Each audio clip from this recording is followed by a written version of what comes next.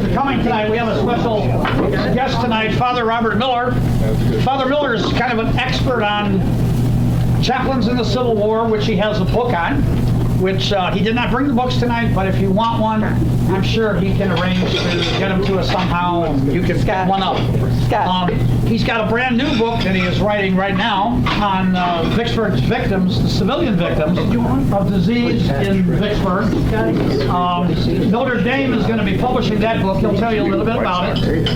And I'm going to do his index for him, which is kind of a nice little honor. So, without further ado, our guest speaker, Father Robert Miller.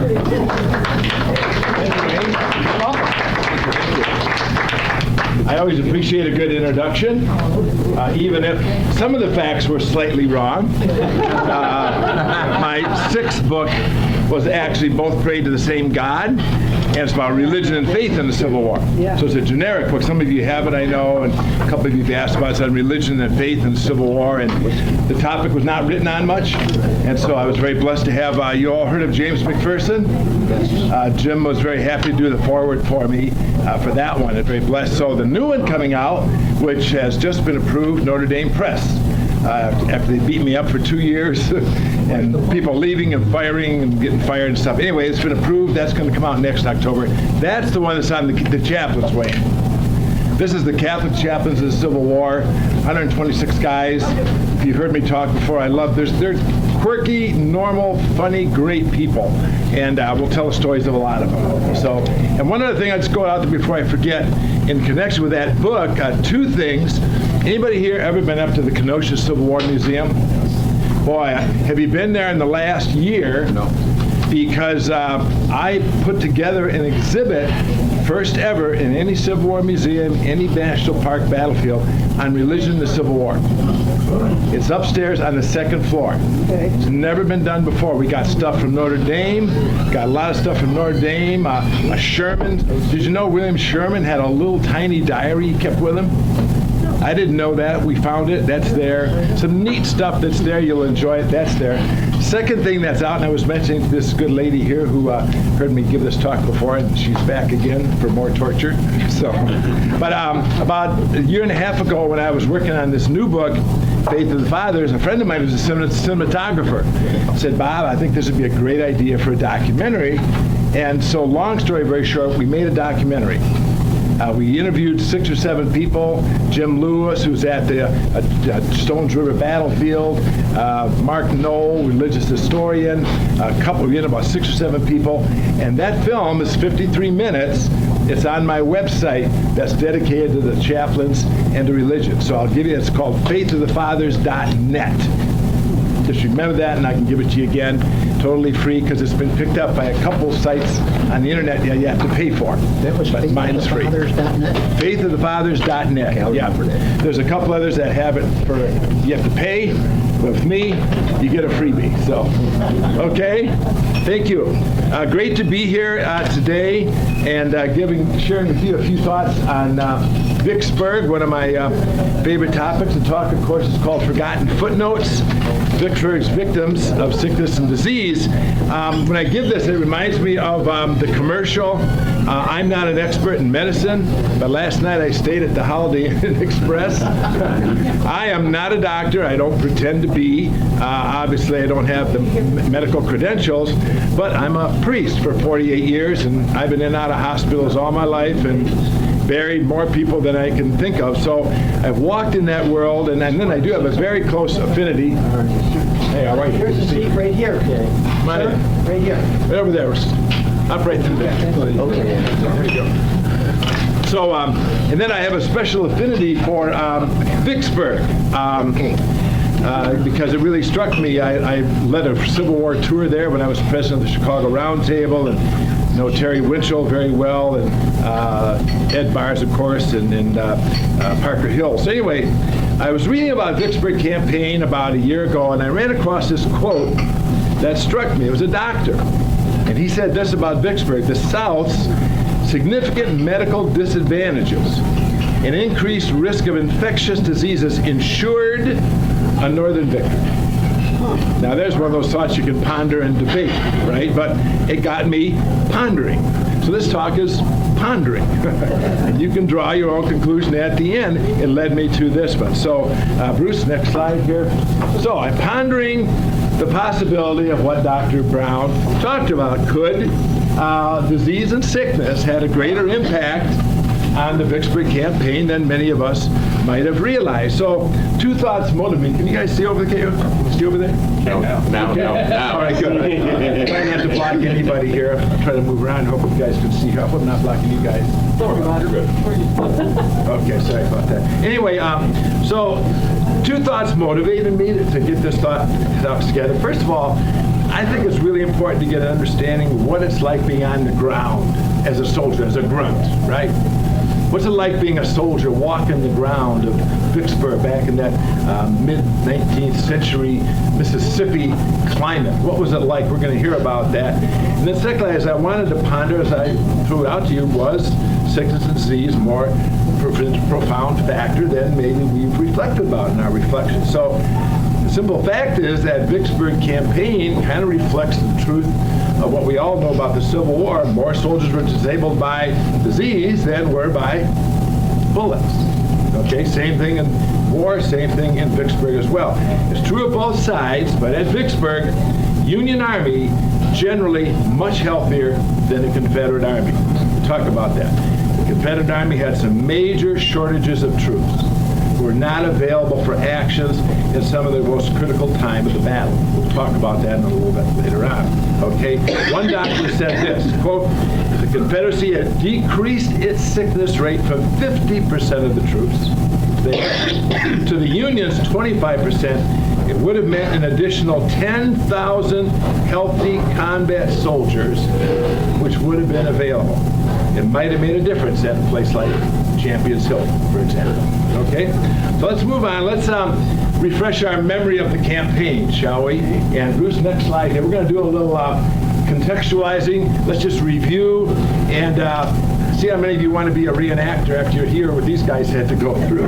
Okay, so just the background, 77,000 Union troops, 33,000 Confederate. That's the background. October 1862, Grant becomes Army Commander of the Department of Tennessee. December 26th to 29th, 1862, Sherman lands on the Yazoo River. We know about that, Chickasaw Bayou. Jim Miles, one of the great authors, writes this: it was a dense undergrowth of willows, briars, thorns, vines, live oaks, twined together in a disagreeably promiscuous manner. I like that phrase. Disagreeably promiscuous manner. Torrential rains began falling, inundating the highland, filling the swamps with 3 feet of water. Soldiers standing to their waist in water, cutting their way with axes. How do you like that? Okay, January through March 1863, you all know the story. Grant's trying all these different routes, and Porter, he and Porter tried different routes north and west. All through the winter, the Union troops are in the swamp. They're in the bayous, all through the winter. The January rains that year, 1863, were the worst in recorded history up till that time. At one point, the Mississippi was rising 2.5 inches a day. And it rose 2 feet in one single week. And guess where the Union was camping at? Right close to those shores. January 22, March 7th, if you remember this, the Williams Canal, one of the attempts to get around Vicksburg through the DeSoto Peninsula. Listen to this description. The living conditions are horrid. Only dry land is atop the levee. Sherman was in a house which had water all around it. You could only get there by a plank wall. His battle dead were frequently uncovered by the rising water. How'd you like that, waking up in the morning and seeing a body outside your front window? Temperatures sometimes reached as high as 110. Potable water was scarce. Mosquito-ridden swamps were havens for disease. Malaria, dysentery, scurvy are common. Supplies of quinine ran out. Disease was promoted by soldiers dumping their raw sewage into the Mississippi River from, of course, their only source of drinking water. You see a problem there? Okay, March 14th, the Steele's Bayou expedition. This is where Porter tried to send the ships, remember, down around, and Sherman had to rescue him. Remember that story? Here's the story of Sherman in one quick sentence. Sherman, quote, landed his men and started with them across the boggy ground in a single file, sometimes waist deep in water, with flickering candles and blazing pine cones stuck into their rifle barrels. Lighting the way, they marched 21 miles that way to relieve the army. You want to be a reenactor again now? All right, let's go on to the next one. Let's talk about a few of the things. Let's talk about the two Union hospitals. Milliken's Bend and Young's Point were two of the major Union hospitals and camps. And one of the women who worked there is this woman, Mary Livermore of the Christian Commission. And I won't read the whole quote because it's long and I want to keep it moving. She said, I'll read the first paragraph here. Just listen to what she said, outsider. She visited in March 63. A sadder sight I never witnessed during the war. A regimental hospital, a comfortless place. Contained 200 men, all of them very sick, all lying in their uniforms on the bare floor, knapsacks for pillows, no food but army rations, no nurses but convalescent soldiers, too sick to move except on compulsion. The men are covered with vermin, tormented by flies during the day, devoured by mosquitoes at night, and their surgeon, dead, drunk, in bed. Okay, I stooped down, she says, and took one man by the hand, who regarded me with most beseeching looks. My poor boy, I said, I'm very sad to see you in this dreadful condition. He pressed my hand on his eyes with both his own, and he wept aloud. What pathos, right? James McPherson quotes that in Battle Cry of Freedom. So then we get into the battle itself. April 16, 17, Porter runs the batteries at Vicksburg. April 30th, Mississippi is crossed at Bruinsburg, remember, by the Union Army.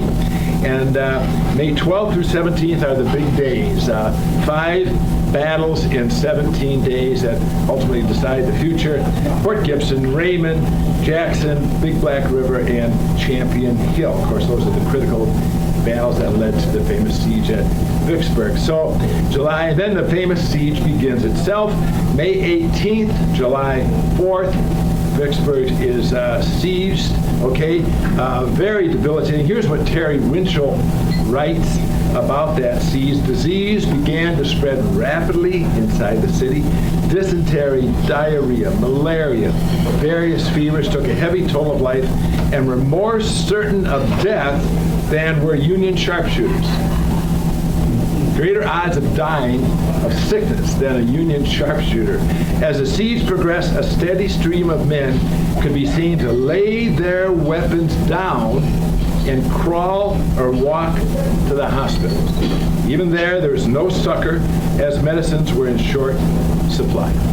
So that's the story of from the trenches. I guess you call it the Ernie Pyle view of war. Make sense? Okay, let's run through our next slide here. Let's talk about the diseases for just a minute. What we talk about these diseases, let's just run through them real quick and give you all kinds of information about diarrhea that none of us here know anything about, I'm sure.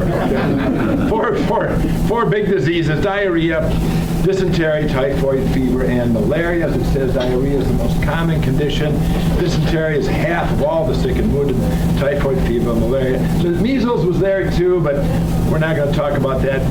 Was 67,000 cases in the Union, but only 4,000 people died. Very infectious, but didn't affect the battle in a big way, so we won't talk about that one. So those are the 4 big ones. Let's talk about diarrhea here, okay, known as the flux, right? The Tennessee trots, the Virginia quick step, or the runs, okay? The symptoms of diarrhea and dysentery, very similar. Both include stomach cramps, nausea, bloating. Does this sound familiar to anybody? It does to me. The most common wartime condition, okay? A person suffered from watery, loose stools, nausea, cramping. You all know about this stuff. One surgeon says, no matter what else a patient had, he had diarrhea. You can guarantee that. Another doctor said 90% of all recruits to the Confederate Army developed diarrhea when they entered camp. Okay, so no knowledge of infectious nature of diseases. I think we all know that, right? Just remember in the back of your mind, Louis Pasteur did not develop his famous germ theory until 10 years after the war. So that all of that, you'll get into that when we talk about this in just a second here. So prevention is impossible and spread rapidly. The prevailing theory was ill humors, or what they called noxus effluvia. Whatever that is, you can do a Google on that one. One theory says inflammation represented excessive stimulation and overexcitement. So they would try to relieve these vapors. Well, I'd be excited going into battle anyway, whatever else is going on. Many cases of non-specific diarrhea, no surprise, caused by fecal contamination of food and water supply. No surprise. We'll get to that in a second when we start talking about the camp conditions. One Southern minister said this, great book on the war, two great books on the doctors. A guy named Cunningham wrote a book on doctors in gray, doctors in blue, anything you want to know about medicine, really good books. In the book on the Confederacy, he says, a disease that seems to break down the willpower more than any other disease is chronic diarrhea. Patients seem to lose not only their desire to live, but all manliness and self-respect. Diarrhea really get mentally emotional. All right, let's go on. Since we're getting excited about diarrhea, let's move on to dysentery. Okay. Dysentery is one of the bacterial, so now we're into the bacterial intestinal infections. This one is marked by inflammation of the intestines, which results, of course, in diarrhea, fever, pain in your stomach, muscle cramps. Very similar symptoms to diarrhea, but more severe. And there's other symptoms besides. Once again, cause is not known. Because of Pasteur, we hadn't understood the germ theory yet, so it spread rapidly. It's mentioned the most, probably, when you hear stories, because it killed the most. They estimate about 100,000 troops, 45,000 Union, about 50,000 Confederate, died because of dysentery. Not always fatal, but if the disease didn't kill you, the treatment did. Because guess what they used for treatments? Opium was a treatment. A mix of chalk and mercury. How's that? Take your morning shot of mercury, okay? If your intestines are blocked, that's what they gave you. Purgatives, cleaning out your system. Turpentine, castor oil are mixed in. Many recovered if they were able to flush their systems with quantities of non-polluted water. Well, that's today common sense, right? But back in those, they didn't know that, okay? A little bit of trivia here. What battle was affected pretty directly by dysentery? What do I have down here? So there 180,000 troops, low-lying, swampy area, inadequate clean water, often contaminated. More Confederates were lost to disease at that place than Shiloh. Soldiers held their nose to drink the water. That's how bad it was. General Joseph Hogue of Texas died of it. Braxton Bragg, Henry Halleck, and also William Tecumseh Sherman all suffered because of it there. Anybody know what the battle is? Corinth. I know Bruce would know. Corinth. Henry Halleck wrote, I have been confined to my tent by the evacuation of Corinth. So, good example. That's exactly it. And some people say at Gettysburg, there's a lot of speculation. Robert Lee was not totally physically healthy at Gettysburg. I've read that. You probably have too. Some people speculate it may have been dysentery that affected him at Gettysburg. Whatever it was, we don't know, but a lot of people say it was. Okay, let's move on. I know you're getting excited by all this thrilling disease.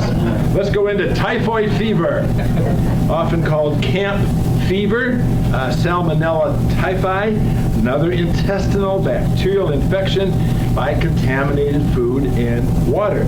Symptoms of this one are muscle aches, headache, stomach pain, diarrhea again, extremely common camp disease, caused about 1/4 of the deaths caused by Civil War illness. So this is a serious one, okay? Again, cause is not known. So what do you treat it with? Well, opium, we said that, turpentine, quinine, something called capsicum, which is an herbal remedy that has something like red pepper in it. Well, that's just what I'd want to eat if I had diarrhea, right? Something with red pepper in it. And something called calomel, very popular. Calomel contains, by the way, mercury. Its chemical name is mercury chloride. So if the disease doesn't get you, cure will. There's about 75,000 documented cases of typhoid fever, with 27,000 deaths in the Union Army. That's a 36% mortality rate in the Union if you got typhoid. We don't know the same with the Confederates, but roughly they expect it to be about the same as well. Okay? And then one more, we have malaria. Okay, and this one, everybody's heard of it. It's one of the most common diseases in the world. Actually, they trace it back to the Stone Age. Did you know that? 2200 BC. Symptoms, high fever, shaking, flu-like illnesses. Again, it's caused by a microscopic parasitic organism inside a red blood cell and carried by mosquitoes, which they did not know. That was not discovered. Malaria is not discovered until 1897. Okay? The only way in the Civil War you figured out is by checking out the symptoms. There was no test you could give. You just took a guess when you saw the symptoms. You treat malaria with two things. How about a little shot of arsenic? Yeah, how about that? A little shot of arsenic to take care of your malaria. I think I'll pass on that and take the second one, quinine. Quinine, okay? And that's the key. We'll talk more about that in a second. Two treatments known to alleviate the symptoms. 1/4 of all Union illnesses were malarial, about 1.3 million, 10,000 deaths in just that campaign. So deaths in the Confederacy were a little lower due to malaria because they were used to being in the South already. Many of them had already developed a certain amount of immunity to the mosquitoes and the hot climate of the South, so it was a little easier on them in that sense, okay? So that was one thing. That's enough on that, on malaria. I love this quote, by the way. Can you all read this? It's a funny quote. The Mississippi River mosquito, this is a Confederate soldier. The Mississippi River mosquito is far longer, has a longer and sharper bill, and though he sings the same tune, he sings it with far greater ferocity. The Tennessee mosquitoes could only muster squads. Mississippi mosquitoes moved in regiments. Cute story. Okay? All right, let's move on to briefly role of quinine. Barry, yes, sir. I was going to ask about the effect of quinine today. If you buy tonic water, it says right on the label contains quinine. We're going to talk about that right now. All right. Yeah, it's still used. I'm not a doctor again, but still used today, from what I understand, to cure sicknesses of malaria. So one of the most so it's been used since the 17th century. They figured out quinine worked. It was used to prevent malaria in endemic areas and to treat it when they knew it was there. So during the war, many soldiers were issued a ration of quinine. And since it often tastes a little funny, they would mix it with whiskey. There's a way. I'd be happy to take a shot of quinine with a little shot of whiskey, and there you see a good shot of rations, quinine being issued to the soldiers in the Union Army. Okay, it proved very effective, and it's still today used to treat the disease. The Union bought 19 tons of quinine during the war. 3 to 6 grains were routinely given for prophylaxis at the start of the war. In fact, the Surgeon General of the Union, Hammond, ordered every single soldier to use quinine daily. Okay, so they knew what was going on here. Okay, so the relatively low rate of infection in the Union was a result of the readily available supply of quinine, because it was recommended daily dosage in the Union Army. Okay, but because of the blockade, guess who got shafted? Confederates. They couldn't get quinine, didn't have access to it. And what they did have, they'd use weaker native plants and medicinal kinds of things. So despite a substantial increase in the incidence of malaria in the spring of 1863, remember when they're marching through the swamps and all that stuff, Union operations at that time succeeded. In part, why? Because they had quinine. So we rarely talk about that as being a factor, but those crazy marches, one of the reasons the Union was able to succeed is because they had quinine. Okay, although they ran out a little later on as the war went by. Okay, makes sense? Yep. Let's go on to the next one. Let's talk about camp life. In case if any of you feel like you want to wake up and go back in the time machine to the Civil War, this might change your mind. Okay, camp life as contributing to disease. Perfect conditions for disease. Number one, close quarters. You're living with 4 people that are not your best friends, right? You just happen to get thrown together. Body odors, diseases, stench, no adequate hygiene routines. The camp, in many ways, was as dangerous as the battlefield, so the living conditions. Garbage piled up without disposal. There's no garbage disposal truck that comes by to pick up Union garbage. So food is out there decomposing, dumped in a pile, sometimes very close, slop pits in the limits of the camp. So what does huge pile of garbage draw? Okay, so obviously that's going on. Latrines way too close to water sources. And obviously contamination results. Very poorly placed latrines, obviously, okay? Soldiers bathe. Let's talk for a minute about bathing here. I don't know how often you take a shower or a bath. I can guarantee it's more often than they did. Very infrequently. Creates a perfect environment for pests like lice. Here's a cute little thing I ran across. You know how one of the most common ways of getting rid of lice in those days? You would take off your lice-infested clothing and boil it in a pot of water. So you have a big pot and throw the clothing in and boil it and get all the lice out. That seems to work very, very good, right? But when they took the clothing out, guess what pot they used to cook their food in? Anybody see a problem with that going on there too? So then they cook food in the same pot. I ran across this. I believe this was in a Union Corps. I didn't cite it, unfortunately, so my memory is vague. Requirements for washing in those days. Here's what they told the soldiers. Every day, wash your hands and face. Once a month, wash your feet. Wow. Once every 2 months, take a complete bath. How'd you like to live in a tent? Where people are taking baths every 2 months apart. And then stop and think about it. Talk about cooking. How many soldiers, men, would have had experience cooking in that generation? Not many did. So many of them overboiled the meat, overboiled the vegetables. All the nutrients are cooked out of it in the first place. Of course, you all know the story. Food is more plentiful at the beginning of the war, but you all know what happens as the war goes on. It becomes less and less scarce. Fruits and vegetables are rare commodities when they are available, and they quickly don't last long. Soldiers receive meat sometimes, but it was very spoiled or too full of preservatives, and if you don't eat good food, what happens to your body? You grow weaker. So food is the thing. And then the other factor on camp life is your regional or your socio-economic background. If you're growing up in a large city, you're hanging around a lot of people, aren't you? There's more odds you're going to get something, so you develop a little bit of an immunity to it. So urban soldiers maybe had a little bit easier time. The more rural you were, diseases often had a harder time.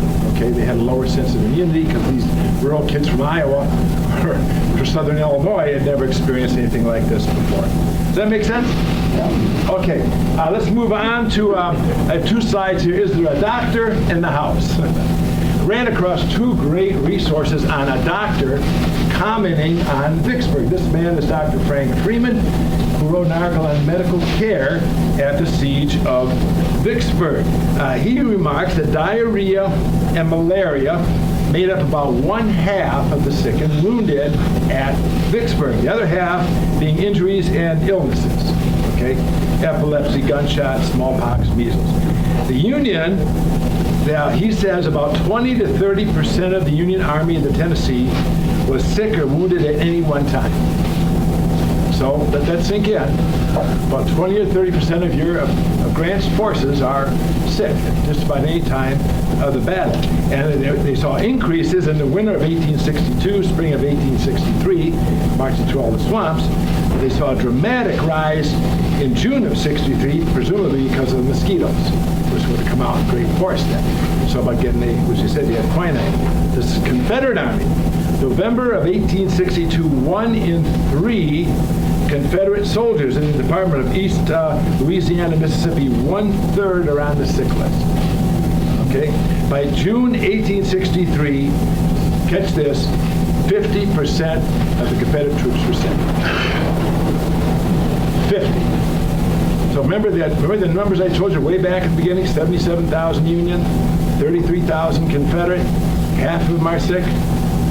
You see what's going on here already? Okay, and the numbers, by the way, he mentions increased every month in the Confederacy. Okay, death rate about the same. Confederate forces seem to have more soldiers ill than the Union, but the number of those dying is somewhat similar. Okay, it's kind of a quirk. The sad fact that he mentioned, and it's fascinating, it's right down the corner there. The two major illnesses affecting the armies were preventable by means that they knew then. They were preventable. The role of bacteria was not yet suspected, as we said. That wouldn't come out for a few more years. But the medical authorities of the day knew and called it the filth theory. Filth theory. You don't put toilets next to water sources. They didn't know the exact connect, but they knew that's called the filth theory, okay? So they urged camp cleanliness. The surgeons constantly would speak about camp cleanliness, but whose responsibility is it to do it? The commanders. And so most of the time it didn't get done, although apparently the Union did a little bit better job than the Confederacy on that. So they knew this concept called the filth theory, but it wasn't put in practice. And then, as I already mentioned, we didn't know about the mosquito parasite connected to malaria, but they knew about quinine. They knew if they had quinine, they could lower the incidence of malaria. The Union armies had far more, right? Confederates did not. Surgeon General of the Confederacy, General Moore, ordered only to be given to those already ill. So here's Dr. Freeman's quote here. Sickness from major illness was a major factor affecting the Vicksburg campaign. Out of several thousand soldiers under medical treatment at any given time, only a handful were suffering from wounds. More important were non-specific diarrhea and malaria. As the siege progressed, Confederate Army grew more ill and sick and lost a greater proportion of its fighting strength. It seems reasonable to conclude that medical care affected the course and possibly the outcome of the Vicksburg campaign. There's our pondering thought. I'll mention that back at the end again, something to think about and talk about. Of course, Confederate statistics are always a little suspect. There's incomplete record keeping on a lot of it as well, but some comparisons are possible. Let's go to another doctor. Is there another doctor in the house? There is. This is Dr. Lloyd Klein, who works with Civil War scholar Eric Wittenberg, and they focused on malaria in the battle. The decisive influence of malaria. There's a fascinating statement in the Journal of Medical Humanities in 2009. Estimates based on known occurrences reported during the war suggest that 3,900 to 8,850 of Pemberton's 30,000 men, so a little less than a third, were suffering from active cases of malaria. Now, this is not on the slide. So about up to 8,800 of 30,000 men in Pemberton's army had malaria. An illness of this severity, experienced in this magnitude, certainly would have rendered the Confederate defense forces ineffective. There can be no surprise that Pemberton was forced to surrender, given the disease prevalent in his army. That's the doctor who's making that statement. So, Confederate versus Union here. Confederate soldiers in this article, 29% more likely to experience malaria. They were ill-fed, absent the time of Champion's Hill. The The incidence of malaria at the time of the Battle of Champions Hill, which was May 3rd, was 90 out of 1,000 men for the Confederacy. The Union Army, only 39 out of 1,000 were ill with malaria. That's quite a significant difference, isn't it? Okay.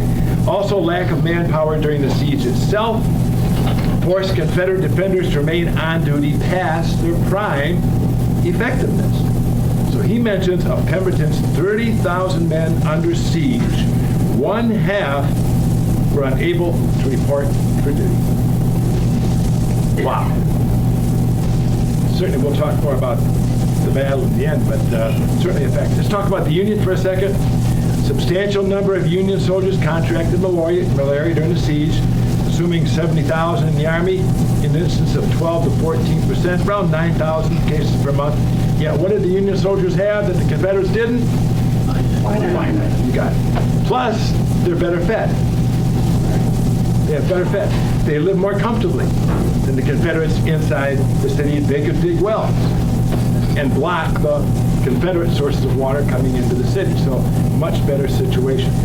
Very insightful historical factotum. On June 28th, 2 messages were sent to Pemberton by his officers. First one said on June 28th, if you cannot feed us, you better surrender. Isn't that interesting? On July 1st, the division commanders reached a consensus, and they told Pemberton their consensus. Disease and starvation had so physically impaired a number of our troops that any breakout is disastrous. The men are too enfeebled to attempt an evacuation. So obviously there's written records that this had a huge impact on the Confederate troops. Okay, finally, just a word, slide change here, Bruce. Just a quick word on Vicksburg itself, not so much the troops, but you've all seen this famous picture, right? The famous caves in Vicksburg here. What's going on? Some 500 plus caves to protect the residents from bombardments. Would you want to live in a cave? Not with the rats, and not with the mosquitoes. They're badly crowded, poorly ventilated, of course, not even to mention the bomb that might drop on them as well. Infestations of insects and vermin, disease, nightmare. They lowered men's resistance to malaria.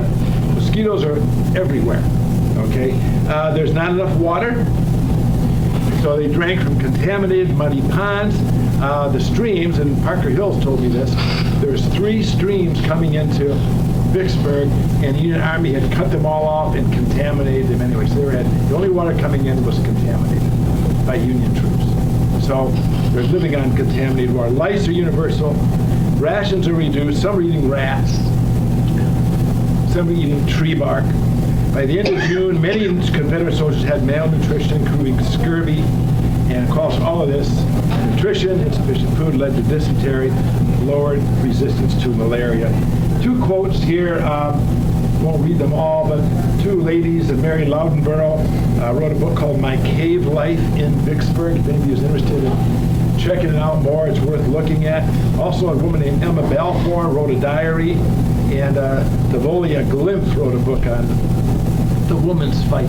Focuses a lot on those issues as well. So that's a little bit on Vicksburg. Okay, so that's a bit of an overview.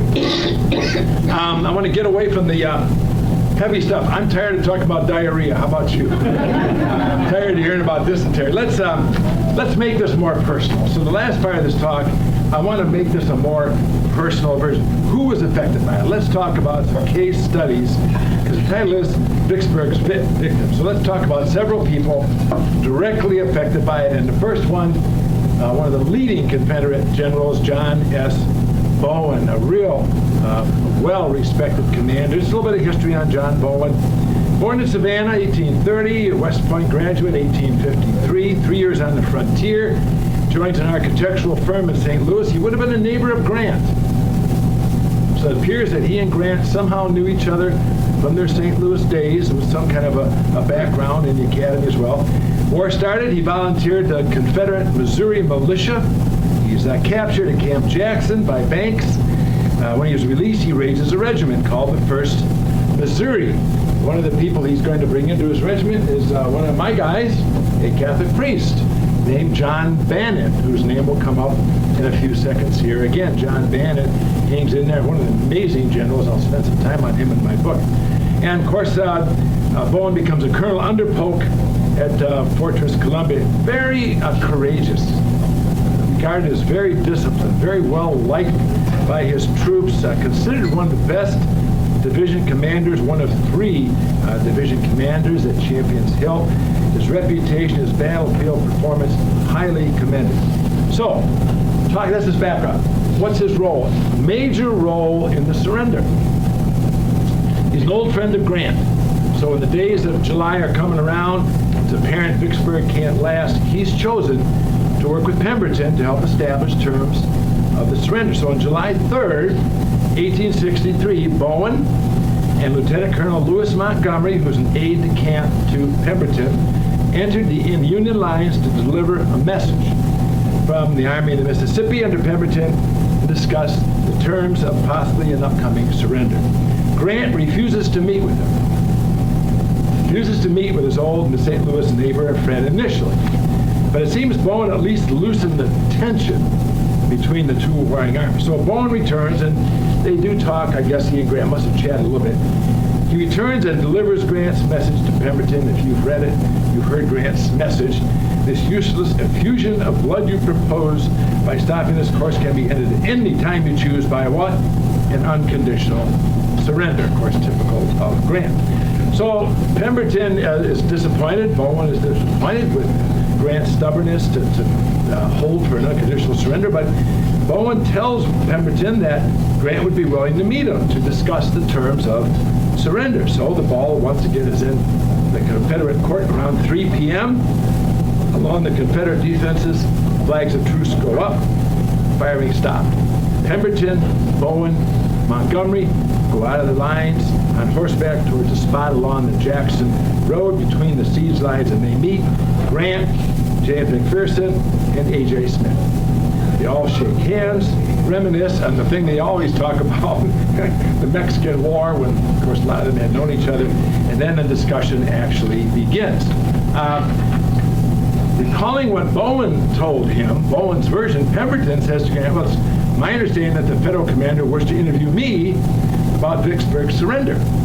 Well, Grant gives a very puzzled expression, says, no, I never said that. I never made that statement. So Bowen's a little embarrassed. He admits he kind of made it up in hopes of instigating negotiations. He knows, remember I told you a couple days before that commanders already know they can't hold out. So he is promoting and trying to push this thing to happen. Grant, just like last time, refuses anything but unconditional surrender. It's heads knocking. Pemberton says it's hopeless. He says, I assure you, General, you will bury more of your dead before you enter Vicksburg. So it's a stalemate. Bowen says, okay, we got a problem here. He suggests, listen, you and Grant will go over there and have a mint julep, okay? Just go over there, you two, just go and let us deal with the terms. We'll take, so the 4 of them, Bowen and Montgomery and McPherson Smith, are left to determine the fate of the Confederate garrison. And at 8 a.m., you all know this, July 4th, 1863, Grant's troops begin to march into Vicksburg. So Bowen has a very significant part in helping that surrender happen. However, next slide, when the day of surrender comes, guess who is too sick to leave his bed? Bowen has dysentery, which is a bacterial disease. His wife, Mary Kennedy Bowen, comes down from St. Louis to occupy Vicksburg to be at his side.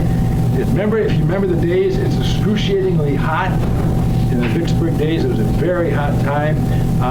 She and the staff said, we got to get him out of Vicksburg. It's a bad place to be. We want to take him to Raymond Courthouse. They had a Confederate hospital there, which was pretty well respected. They thought maybe he could get better treatment at the hospital. Along with them, there came a friend, the Catholic priest, named John Bannon.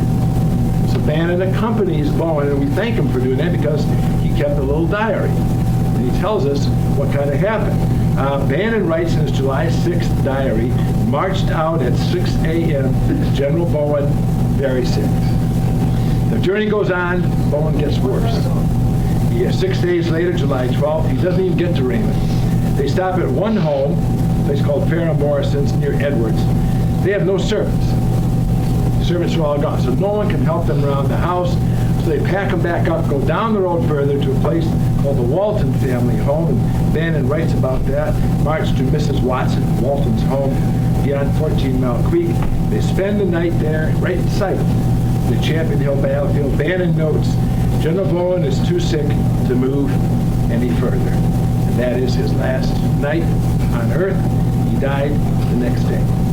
Neighbors called to make a coffin, despite the lack of materials, and he's buried right there in the Walton family garden with Bannon reading from the Bible, his wife and neighbors crying over it. Fall of 1863, his body is exhumed and buried in a cemetery, Bethesda Presbyterian Church, where there's no permanent headstone, only a wooden marker, so his body is misplaced and confused and lost for a while. 1881, they find it again, and it's moved to Cedar Hill Cemetery in Vicksburg. It rests there today in an unmarked grave, so don't go looking for his grave, okay? It's an unmarked grave there. But after the death, he's praised as one of the best generals in the Western theater. He's called the Stonewall of the West. Others said he is not second to any other major general in the Confederate service. He has a bust, by the way, in the Vicksburg National Memorial Park near Stockade Redan on the Graveyard Road where his brigade was. John Bowen, okay? Let's go to another one that has a very prominent name. Do you know about Willie? William Tecumseh Sherman, Jr. Okay? So it's September 1863. It's what, 3-4 months after the battle. Sherman has made his camp. Of course, he is one of the winning generals. Camps on the Big Black River at a plantation called Bovina. He's feeling pretty good. He says, this is a great time to see my family again. So he invites his family, Ellen and their 4 kids. Minnie was 12, Lizzie 11, Willie 9, and Tom. When they arrived, reports say it was a great time. Kids loved it. They're living in tents, enjoying the companionship of the Union soldiers. Willie here was kind of adopted by the 13th United States Infantry. And he became kind of an honorary member. They made him an honorary sergeant. They gave him a sergeant's uniform. They gave him a double-barreled shotgun. I hope there's no members of that party that doesn't support guns in here. So he's giving a kid a double-barreled shotgun. They teach him the manual of arms. And he's out there marching with them, at formal parades. He loved to pretend he was a soldier. And he used to go with his father when his father inspected the troops. So Sherman writes to his father-in-law, his brother-in-law, Thomas Ewing, says, I have a healthy camp here. No fear of yellow fever, any other fevers. Well, he spoke a little too soon. Later September, the family was heading back. They boarded a steamer called the Atlantic to begin their journey back. Sherman noticed Willie did not look so good. He's very quiet. His cheeks are flushed. They called in the surgeon on the boat, a guy from the 55th Illinois EOF roller, and he says Willie has malaria and dysentery. Another source, by the way, says yellow fever, but the two that I read kind of agreed on the malaria and dysentery. They turn right around, go back to Memphis. It's horrible. The family is refusing to accept the prognosis. They're hovering by his bedside. They bring him back. They carry him to the big hospital. The best of physicians see him, and they agree. There's not much we can do. Willie seemed to realize he was dying. They call a priest, Father Joseph Carrier, who was from Notre Dame. His name will come up a little later on. He's called to minister the last rites. We know what happened because Carrier later wrote a letter to Ellie Sherman, Ellie Sherman, if you didn't know, Ellie Sherman, in contrast to Sherman, was very Catholic, uber Catholic, you would say. Her kids were at Notre Dame. And a lot of Sherman's stuff, by the way, is now at Notre Dame because of Ellie putting it there. Sherman was not. Let's just leave it there. Okay? But A. Carrier wrote a letter to Ellie Sherman, and he says this, I was called in to anoint him. Willie told me, if it was God's will, I will accept death, though I don't want to leave my father and my mother. I told him, this is Carrier, that he would see them again in heaven. He became more resigned. His mother began crying. Willie reached out and touched her face. He died peacefully just 24 hours after being diagnosed. Wow. Died at 5 p.m., October 3rd, 1863. Extremely distraught, Ellen took him back to Lancaster, Pennsylvania for burial 3 days later. So that's Willie's story. let's switch to William Tecumseh Sherman, okay? This is the fascinating thing. What was the impact on William? This is completely ignored. What was the impact of that on William Sherman? Well, in two ways. Short term, Sherman took this with enormous remorse, enormous grief. Willie was his firstborn son. He had been his favorite. He blamed himself totally. My fault. I brought the family down. I'm the one responsible for his death. On October 6th, he falls into a depression, fairly deep depression. He writes a letter returning to Vicksburg. And from the hotel, he writes to Ellen. Here's what he says in this letter. The letter here. For myself, I seek no sympathy. Willie had enthusiasm, love of triumph and honor, and love of country. God only knows why he should die so young. I will try to go on, but the chief stay to my faltering heart is now gone. Why should I have ever taken to that dread climate? Why was I not killed at Vicksburg and left Willie to grow up to care for you? Then he writes another letter I won't go into to David, General David Porter. Said the same thing. He was my pride. He was the hope of my life. His loss has taken from me my incentive to excel, and now I must work for purely and exclusively love of country. Now, that's the immediate thing. The fascinating speculation. Several historians have asked, did Sherman's wartime grief affect his later wartime actions? Did his anger and grief over that affect him? John Marszalek, one of Sherman's biographers, writes this. Sherman went on, he writes several stories like this. Sherman went on to Tennessee, constantly seemingly defying death by foolishly standing in danger repeatedly when attacked by the Confederates, for example, on a train near Chickamauga. Also, Margie Bars. Margie Bars, you know, is quite a little bit of a scholar in her own right, and she wrote a book called March to the Sea. This is what she says. Did perhaps the death of Willie start a chain reaction of fire and desolation in Mississippi that the winds of more than a century have not hidden? Did Sherman hold Mississippi, that sickly region, responsible for his death? Who knows? Yet we do know. Between the end of the Vicksburg campaign and the beginning of the Meridian campaign expedition only a few months later, his concept of warfare changed. And he began his own version of the total war, for which now he is welcome. Another thought to ponder. How does one death change the world? Maybe in Sherman's case, more than we know. Okay? Third and last condition. I had to bring my buddies in here. There were about, and I put them in because they're just a great case study. The Catholic priests who were connected to the Vicksburg campaign. I'll talk more about, there's 20 actually, in and around the Vicksburg campaign at that time. 5 were Union, all chaplains of course, and 15 were connected to the Confederate Army. 1 was a chaplain, that was our buddy John Fan, and the rest were all part of the diocese.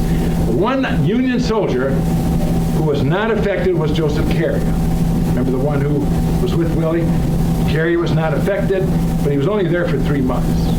He got out pretty quickly, and the battle was pretty much over when he got there anyway. He was sent by Sorin because Ellie, this is a funny story, Ellie was complaining. She had 2 brothers, the Ewing brothers, and she was complaining they were Catholics and they had no priest. So she wrote to Father Sorin, said, Father Sorin, you need to send a priest, because my brothers don't have a priest. So what does Sorin do? Yes, ma'am. And he sends Carrier down to Vicksburg. Carrier's there for 3 months. Of course, he buries Willie. He does something very powerful. I'll talk more about it in my book. Priests wound up getting drafted because they were just part of the normal men of the population. So every religious order had to fight the fight with the government, saying these guys are priests or in religious life, they shouldn't be drafted. So Carrier wound up fighting that fight on Notre Dame's behalf and going to Washington. Of course, he had 2 pretty powerful sources on his side, didn't he? When he had Grant and Sherman backing you up, he got permission. So he was only there for 3 months. He made it through very fine. 3 Union chaplains got very sick. A guy named Napoleon Mignot, 17th Wisconsin. He was very sick, but he wasn't discharged till a little later on. Actually, Father Carrier visits Father Mignall. It's kind of interesting to see these little twists and quirks in here. Carrier hears about Mignall and he goes to visit him on June 21st. And on the eve of leaving there, he found him very weak and prostrated, and he's not sure he's going to live. So when the priest meets another priest and he thinks he's not going to live, what do you think he asks him to do? Last rites and hear his confession. Okay? However, Mignall fooled everybody. 30 more years. 30 more years. And he moved on to a little place. He wound up in Titusville, Pennsylvania. There's a trivia question. What's Titusville, Pennsylvania famous for? Oil. Right during the oil boom, he is stationed there. Okay. Okay. So I met another chaplain, Daniel Mullen, 9th Connecticut. He's also in the Vicksburg campaign with his regiment. He's diagnosed with typhoid fever and diarrhea, deemed unfit for duty. He's discharged in August. Another guy, a Chicago guy, Patrick J. Murphy, 58th Illinois. He resigned on July 4th, 64, gave 5 reasons, 3 of which are health-related. Sufferings and privations, the campaign, rheumatism, because I've been sleeping on the ground, and then the intense and oppressive heat. 1 died, and this is another Chicago guy, Thomas Kelly, 90th Illinois, a guy who was born in Ireland, came to Chicago, founder of St. James, 29th and Wabash, still there, by the way, called Carville at the time because of the Illinois Central Railroad car shops in the area at the time. He built the first brick church there. And he went on to establish a little place called St. Patrick's Church. Heard of that one? Old St. Pat's, okay. He left Chicago in 1862 to be chaplain of the 90th Illinois, which was Chicago's Irish Legion, okay. And they gave him a horse and bridle and things. So he's at Holly Springs in December 1862 when Van Dorn raided there.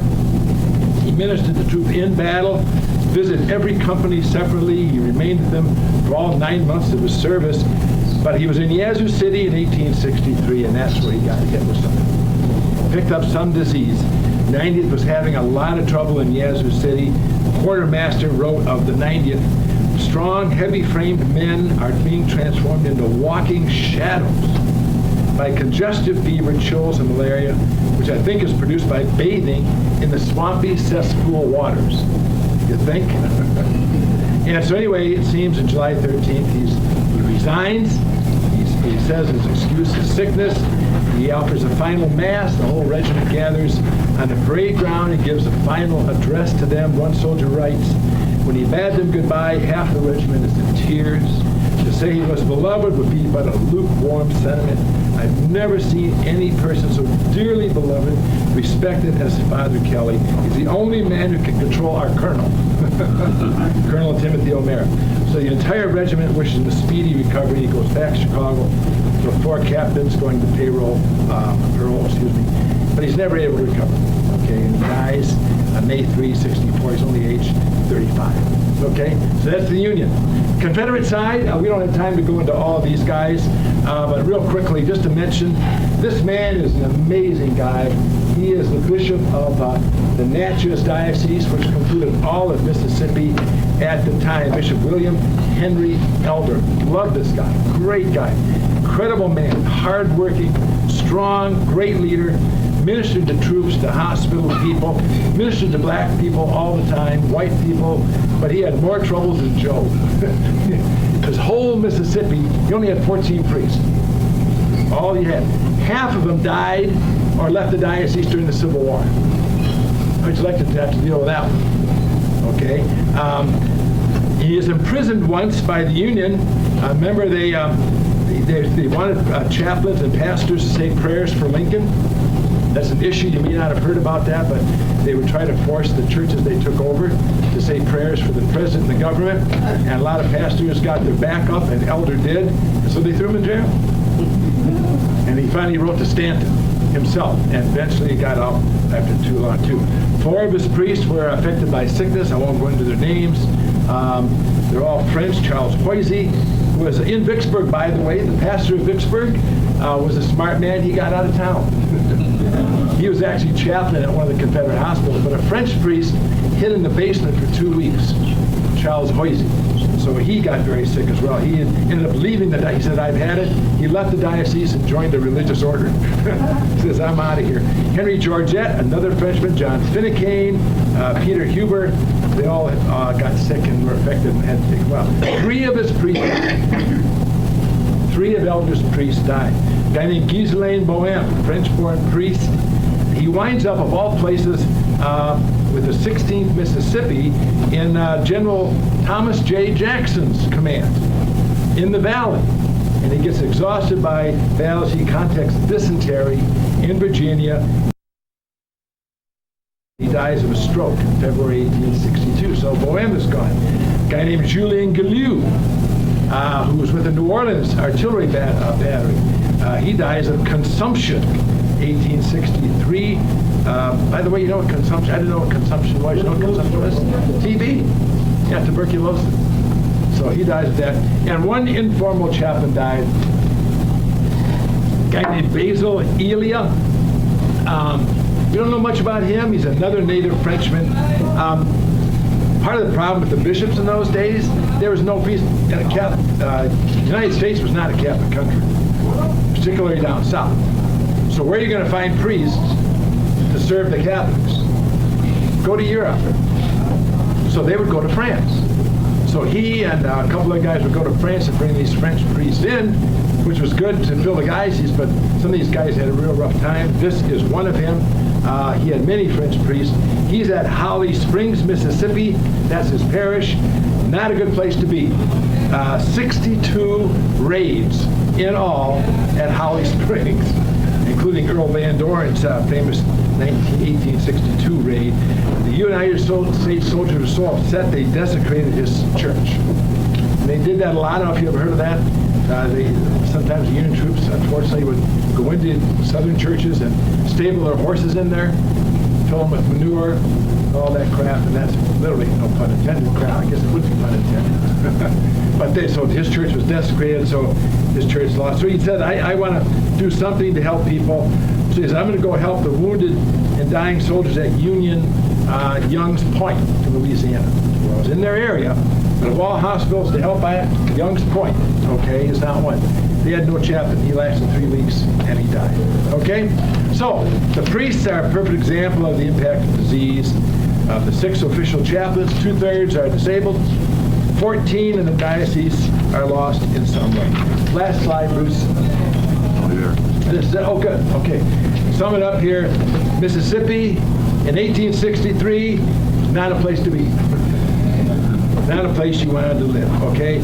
I'll leave it to better historians than myself to determine whether sickness and disease changed the course of Vicksburg. I believe, personally, 3 things. The Union had numerical superiority. The Grant strategy was brilliant. Confederates had very poor coordination and communication, so the odds were in favor of the Union, in my opinion personally. You can't deny sickness and disease played a far more important factor than most commanders realize. Let me close with James McPherson. Not a bad quote. McPherson mentions there's 5 points in the Civil War that could have changed the outcome if these things had been different. McClellan at Richmond in 1862. McClellan had a chance in the Peninsula Campaign. Union victory at Antietam. That had been a different situation, changed the war. Lee at Gettysburg, Sherman at Atlanta, Union at Vicksburg. 2 of them, Atlanta and Vicksburg, differences in medical care and infectious disease. The South couldn't handle it. The Union dealt with it. So, as the siege progressed, Confederate troops grew more ill, lost a greater percentage of its fighting strength. It seems reasonable to conclude medical care affected the course, maybe the outcome of the Vicksburg campaign. Thank you for your patience. Thank you very much. I'm sure some of you want to stick around and ask Father some questions. I'm sure he'd be happy to talk to you individually. Sandy's going to go ahead and do for time constraints, go ahead and do the raffle. So get your winning tickets out. Did anybody want to buy any before I call the first number? Did anybody want to buy any raffle tickets before? Okay, you ready?